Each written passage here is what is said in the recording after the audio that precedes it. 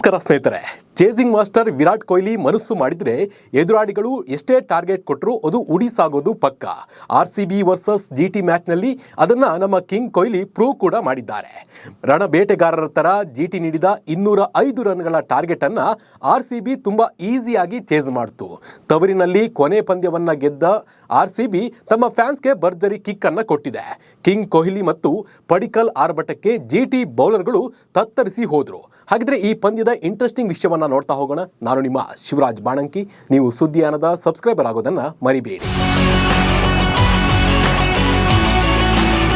King Kohli ಮತ್ತೊಮ್ಮೆ ನಾನು chase master ಅನ್ನೋದನ್ನ ಇಡೀ ಪ್ರಪಂಚಕ್ಕೆ ಚಿನ್ನಸ್ವಾಮಿಯಲ್ಲಿ ಸಾರಿ ಹೇಳಿದ್ದಾರೆ. ಗುಜರಾತ್ ಟೈಟನ್ಸ್ ವಿರುದ್ಧ ಕನ್ನಡಿಗ ದೇವದತ್ ಪಡಿಕ್ಕಲ್ ಅವರೊಂದಿಗೆ ಶತಕದ ಜೊತೆಯಾಟ ಆಡಿದ ವಿರಾಟ್ RCBಗೆ 5 ವಿಕೆಟ್ಗಳ ಭರ್ಜರಿ ಗೆಲುವನ್ನು ತಂದುಕೊಟ್ಟರು. ಅದರಲ್ಲಿ ಪ್ರಮುಖ ಪಾತ್ರವನ್ನು ವಹಿಸಿದ್ರು. ಈ ಮೂಲಕ ಆಡಿರುವ 7 ಪಂದ್ಯಗಳಲ್ಲಿ 5 ಗೆದ್ದು 10 ಅಂಕ ಸಂಪಾದಿಸಿರುವ ರಜತ್ ಪಾಟಿದಾರ್ ಬಳಗ ಇದೀಗ IPL ಅಂಕಪಟ್ಟಿಯಲ್ಲಿ 2ನೇ ಸ್ಥಾನಕ್ಕೆ ಏರಿ ಕುಳಿತಿದೆ.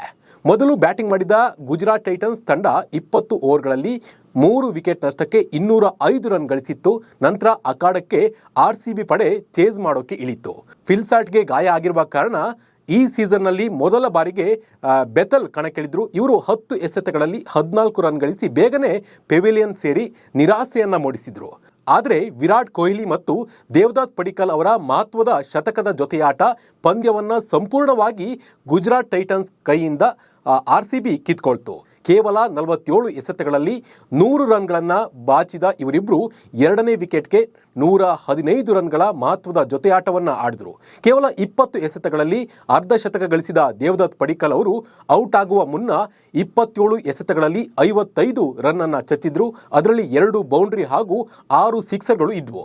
ಇನ್ನು 33 ಎಸೆತಗಳಲ್ಲಿ ಅರ್ಧ ಶತಕ ಪೂರೈಸಿದ ವಿರಾಟ್ ಕೊಹ್ಲಿ ಅವರು ಔಟ್ ಆಗುವ ಮುನ್ನ 8 ಬೌಂಡರಿ ಮತ್ತು 4 ಸಿಕ್ಸರ್ಗಳನ್ನು ಒಳಗೊಂಡ 81 ರನ್ನನ್ನು ಗಳಿಸಿದ್ರು.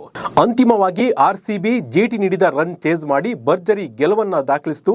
ಇದು ಚಿನ್ನಸ್ವಾಮಿಯಲ್ಲಿ ಈ ಸೀಸನ್ನ ಕೊನೆ ಪಂದ್ಯ ಆಗಿದ್ದರಿಂದ ಫ್ಯಾನ್ಸ್ ಕೂಡ ಈ ಪಂದ್ಯದ ಮೇಲೆ ಸಾಕಷ್ಟು ನಿರೀಕ್ಷೆಯನ್ನು ಇಟ್ಕೊಂಡಿದ್ರು. ಆದರೆ ಆ ನಿರೀಕ್ಷೆಗೆ ತಕ್ಕ ಪ್ರತಿಫಲ RCB ಫ್ಯಾನ್ಸ್ಗೆ ಸಿಕ್ಕಿದೆ. ಭರ್ಜರಿ ಮಜಾ ಮಾಡಿದ್ರು ಈ ಪಂದ್ಯದಲ್ಲಿ ಅಂತಾನೆ ಹೇಳ್ಬೋದು.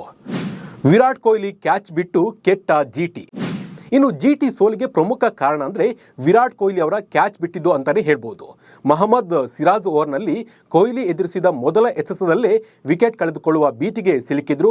ಆದರೆ ವಾಷಿಂಗ್ಟನ್ ಸುಂದರ್ ಸುಲಭವಾದ ಕ್ಯಾಚನ್ನು ಪಡೆಯಲು ವಿಫಲರಾಗಿ ಕೊಹ್ಲಿಗೆ ಜೀವದಾನವನ್ನು ನೀಡಿದರು. ಇದರ ಸಂಪೂರ್ಣ ಲಾಭವನ್ನು ಪಡೆದ ಚೇಸ್ ಮಾಸ್ಟರ್ 81 ರನ್ನನ್ನು ಬಾರಿಸಿದ್ರು.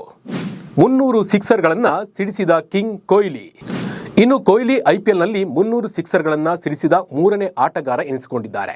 ಕೊಹ್ಲಿಗೆ 300 ಸಿಕ್ಸರ್ ಪೂರ್ಣಗೊಳಿಸಲು 1 ಸಿಕ್ಸರ್ಗಳ ಅಗತ್ಯವಿತ್ತು. ಗುಜರಾತ್ ವಿರುದ್ಧ ಇವರು 4 ಸಿಕ್ಸರ್ ಬಾರಿಸಿ ಈ ದಾಖಲೆಯನ್ನು ನಿರ್ಮಿಸಿದರು. ಈ ಮೂಲಕ ಕೊಹ್ಲಿ ಕ್ರಿಸ್ ಗೇಲ್ ಮತ್ತು ರೋಹಿತ್ ಶರ್ಮಾ ಒಳಗೊಂಡ ವಿಶೇಷ ಕ್ಲಬ್ಗೆ ಸೇರಿದ್ರು. ಆರೆಂಜ್ ಕ್ಯಾಪ್ ಪಡೆದ ಚೇಸ್ ಮಾಸ್ಟರ್. ಆರೆಂಜ್ ಕ್ಯಾಪ್ ಪಟ್ಟಿಯಲ್ಲಿ ಕಿಂಗ್ ಕೊಹ್ಲಿ ಪ್ರಗತಿಯನ್ನು ಸಾಧಿಸಿದ್ದು ಅಗ್ರ ಸ್ಥಾನಕ್ಕೆ ಏರಿದ್ದಾರೆ. ಗುಜರಾತ್ ವಿರುದ್ಧ ಅರ್ಧ ಶತಕ ಸಿಡಿಸುವ ಮೂಲಕ ಒಟ್ಟು 328 ರನ್ ಕಲೆ ಹಾಕಿ ಆರೆಂಜ್ ಕ್ಯಾಪ್ ತಮ್ಮದಾಗಿಸಿಕೊಂಡಿದ್ದಾರೆ. ಈ ಹಿಂದೆ ಅಗ್ರಸ್ಥಾನಿಯಾಗಿದ್ದ ಅಭಿಷೇಕ್ ಶರ್ಮಾ ಈಗ 2ನೇ ಸ್ಥಾನಕ್ಕೆ ಇಳಿದಿದ್ದಾರೆ. ಪಾಯಿಂಟ್ಸ್ ಟೇಬಲ್ನಲ್ಲಿ ಏರಿದ RCB. ಇನ್ನು ಗುಜರಾತ್ ಟೈಟನ್ಸ್ ವಿರುದ್ಧದ ಪಂದ್ಯದಲ್ಲಿ 5 ವಿಕೆಟ್ ಅಂತರದ ಗೆಲುವು ಸಾಧಿಸಿದ RCB ಅಂಕಪಟ್ಟಿಯಲ್ಲಿ 2ನೇ ಸ್ಥಾನಕ್ಕೇರಿದೆ. ಪಂದ್ಯಕ್ಕೂ ಮುನ್ನ 3ನೇ ಸ್ಥಾನದಲ್ಲಿತ್ತು. ಸದ್ಯ RCB ಆಡಿದ 7 ಪಂದ್ಯಗಳಲ್ಲಿ 5 ಗೆಲುವು 2 ಸೋಲಿನೊಂದಿಗೆ 10 ಅಂಕ ಗಳಿಸಿದೆ. ತಂಡದ ರನ್ ರೇಟ್ ಕೂಡ ಉತ್ತಮವಾಗಿದ್ದು +1.101 ಇದೆ. RCB ಪ್ಲೇ ಆಫ್ ಹಾದಿ ಕೂಡ ಸುಲಭವಾಗಿದೆ ಅಂತಲೇ ಹೇಳ್ಬೋದು. ಇನ್ನುಳಿದ ಪಂದ್ಯದಲ್ಲಿ RCB 3 ಪಂದ್ಯ ಗೆದ್ದುಕೊಂಡ್ರೆ ಸಾಕು ಪ್ಲೇ ಆಫ್ಗೆ ಹೋಗಲಿದೆ. ಒಟ್ಟಿನಲ್ಲಿ RCB ಈ ಸಲನೂ ಕೂಡ ಕಪ್ ಗೆಲ್ಲೋಕೆ ಭರ್ಜರಿ ಹೋರಾಟವನ್ನು ನಡೆಸ್ತಾ ಇದ್ದು ಈ ಸಲನೂ ಕಪ್ ನಮ್ಮದೇ. ಈ ಬಗ್ಗೆ ನಿಮ್ಮ ಅನಿಸಿಕೆ ಮತ್ತು ಅಭಿಪ್ರಾಯವನ್ನು ಕಾಮೆಂಟ್ ಮೂಲಕ ತಿಳಿಸಿ. ನಮಸ್ಕಾರ.